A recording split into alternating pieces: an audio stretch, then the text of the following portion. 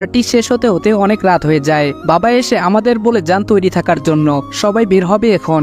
আমরা সবাই গেটের সামনে দাঁড়িয়ে আছি। মিস্টার এবং মিসেস চৌধুরী বিদায় দিতে গেট পর্যন্ত এগিয়ে এসেছেন। ওনাদের সাথে মত বিনিময় করে আমরা চলে আসি গাড়ির সামনে। গাড়িতে ওঠার সময় আমার চোখ একবার রৌফ চৌধুরীর দিকে চলে যায়। চেয়ে দেখি উনিও আমার দিকে তাকিয়েছেন। দুজনেই দুজনের চোখাচোখি হয়ে যাওয়ায় একটা মুচকি হাসি দিয়ে অন্যদিকে তাকাই, আর সেদিকে তাকিয়ে দেখি ইসি আমাদের দুজনের দিকে তাকিয়ে আছে। আমাকে তাকাতে দেখে চোখ ফিরিয়ে কি ভেবেছে দুজনের মুখের হাসি দেখে আল্লাহ মালুম। বেচারি তো আমাকে এই কেসের ক্রাইমার ভাবছে। যাক, ভাবনা এখন আরো পাকাপোক্ত হবে। বোকা মেয়ে আমার পেছনে আবার সময় নষ্ট করবে। এসব ভাবতে ভাবতে মুচকি হাসি দিয়ে আমি বাইকে উঠে বসি, আর পেছনে বসে সুজন। বাবা বলল, তোমরা বাইকে যাবে? আমি বললাম, আমরা তো বাইকেই এসেছি আঙ্কেল। বাবা বলল, আচ্ছা, রাত কিন্তু অনেক হয়ে গেছে, সাবধানে এসো, আর গাড়ি সাবধানে চালিও কিন্তু। আমি বললাম, চিন্তা করবেন না আঙ্কেল, আপনারাও সাবধানে যান, আমরা আপনাদের পেছনে আসছি।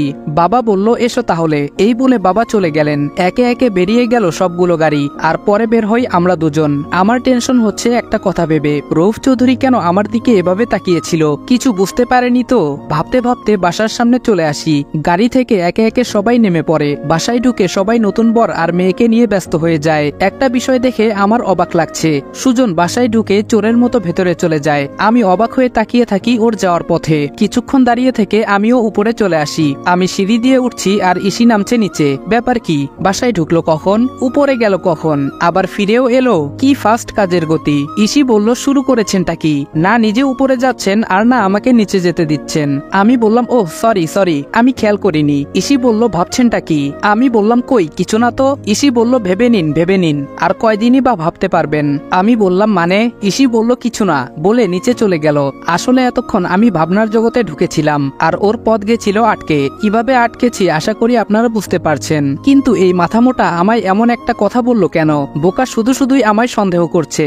যখন বুঝবি আমি কে, সেদিন আফসোস করতে হবে, দেখে নিস। কথাগুলো মনে মনে বলে আমি চলে এলাম রুমে। এসে দেখি সুজন ওয়াশরুমে ঢুকে গেছে। তাই আমি বারান্দার দিকে এগিয়ে যাই। এত রাতে বাইরে শুধু অন্ধকার ছাড়া কিছুই দেখতে পাচ্ছি না। এদিকে ওয়াশরুম থেকে বেরিয়ে আমাকে ডাকতে থাকে সুজন। সুজন বলল, কোথায় গুরু? আমি বললাম, এই তো এখানে। বলে রুমে এসে আমি তোয়ালে নিয়ে ঢুকে পড়ি ওয়াশরুমে ফ্রেশ হতে। যাওয়ার আগে পকেট থেকে ছোট জিনিসটা দিয়ে যাই সুজনের দিকে। আমি বললাম, ধর, এটা দেখ ভেতরে কি আছে। সুজন বলল, ধুর, কালকে দেখা যাবে, এখন যা তো। আমিও ঠোঁট বাঁকালাম। সত্যি বলতে আমারও খুব ঘুম পাচ্ছে। কি ছিল পার্টির খাবারে কে জানে। তারপর ফ্রেশ হয়ে এসে ঘুমিয়ে পড়ি। ঘুম ভাঙে সকালে। আজ সুজন নিচে যেতে চাইছে না ব্রেকফাস্ট করার জন্য। আমি বুঝতে পারছি না ছেলেটার হলোটা কি। আমি এক প্রকার ঠেলেই নিচে পাঠাই ওকে। আমি নিজেও যাচ্ছিলাম, কিন্তু একটা ফোন চলে আসায় আমি সেখানে দাঁড়িয়ে পড়ি। কিছুক্ষণ পর কথা শেষে নিচে যাই, আর নিচে গিয়ে যা দেখলাম তাতে আমার চোখ ছানা বড়া হয়ে গেল।